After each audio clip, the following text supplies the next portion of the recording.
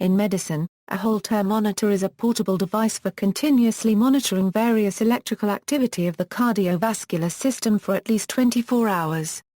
The Holter's most common use is for monitoring heart activity, but it can also be used for monitoring brain activity or arterial pressure. Its extended recording period is sometimes useful for observing occasional cardiac arrhythmias or epileptic events which would be difficult to identify in a shorter period of time. For patients having more transient symptoms, a cardiac event monitor which can be worn for a month or more can be used. The Holter monitor is named after physicist Norman J. Holter, who invented telemetric cardiac monitoring in 1949. Clinical use started in the early 1960s. When used for the heart, the Holter monitor records electrical signals from the heart via a series of electrodes attached to the chest. Electrodes are placed over bones to minimize artifacts from muscular activity. The number and position of electrodes varies by model, but most Holter monitors employ between 3 and 8.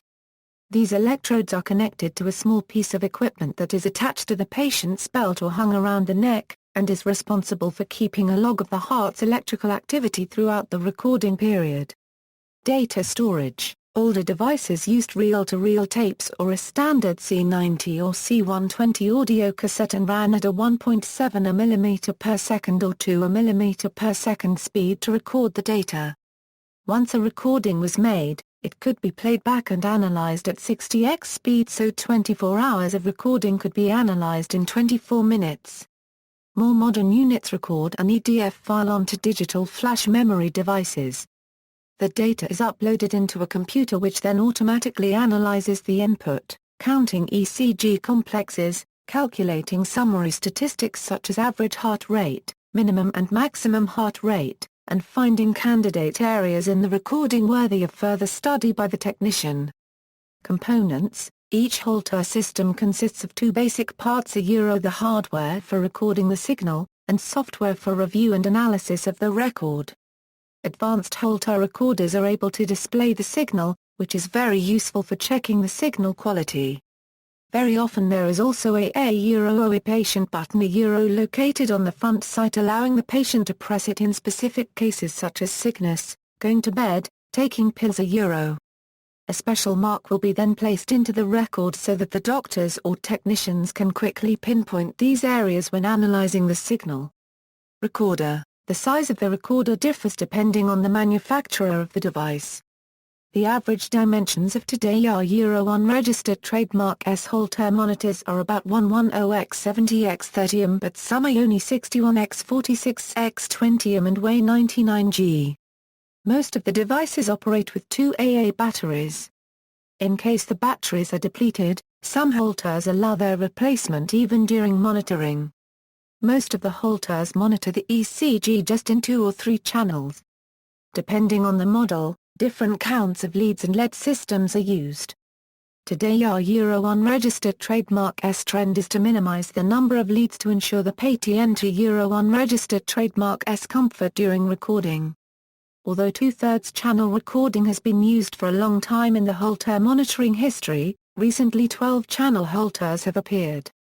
These systems use the classic Mason-like lead system, thus producing the signal in the same representation as during the common rest ECG and or stress test measurement. These Holters then allow to substitute stress test examination in cases the stress test is not possible for the current patient. They are also suitable when analyzing patients after myocardial infarction.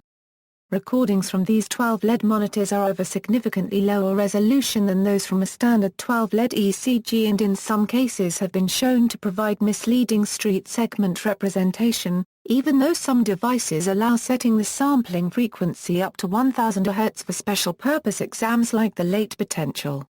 Another interesting innovation is the presence of a triaxial movement sensor, which records the patient physical activity, and later shows in the software 3 different statuses: sleeping, standing up, or walking. This helps the cardiologist to better analyze the recorded events belonging to the patient activity and diary. Holter monitoring is a very useful part of an ECG.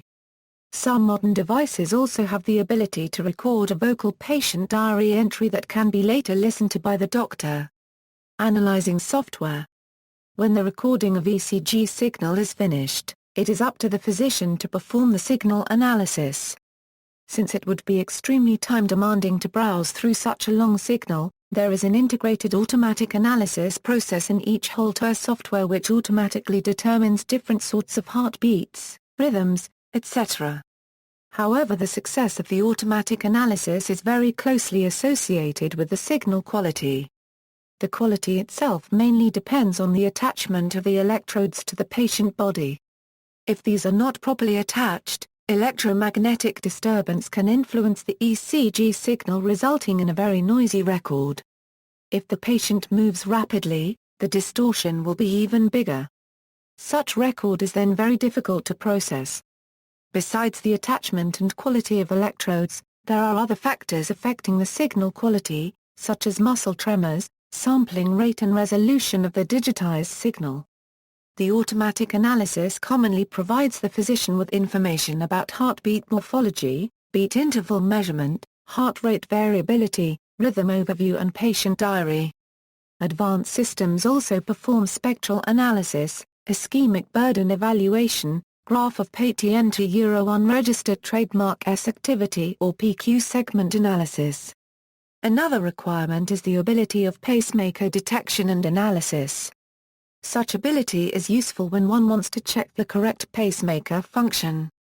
History. The cardiac event monitor has been used for over 20 years. When it first started, it was not portable and had to be used only in hospital buildings. When inventors made in advance, it became a bit smaller but was still only used in hospitals for 24 to 48 hours.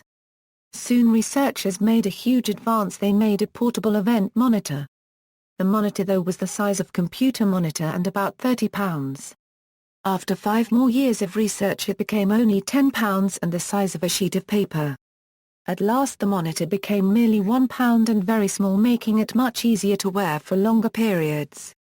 Modern technology has made it much easier for patients using the heart monitor. Procedure. Although some patients may feel uncomfortable about a Holter examination, there is nothing to worry about. No hazards are involved, and it should have little effect on one's normal daily life. The recording device can be worn in a case on a belt or on a strap across the chest. The device may be visible under light clothing, and those wearing a Holter monitor may wish to avoid shirts with a low neckline. Persons being monitored should not limit normal daily activities, since its purpose is to record how a heart works under various actual conditions over an extended period.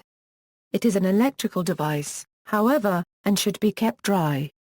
Showering or swimming should probably be avoided. Monitors can be removed for a few minutes without invalidating collected data, but proper reattachment is critical to avoid degradation of its signals.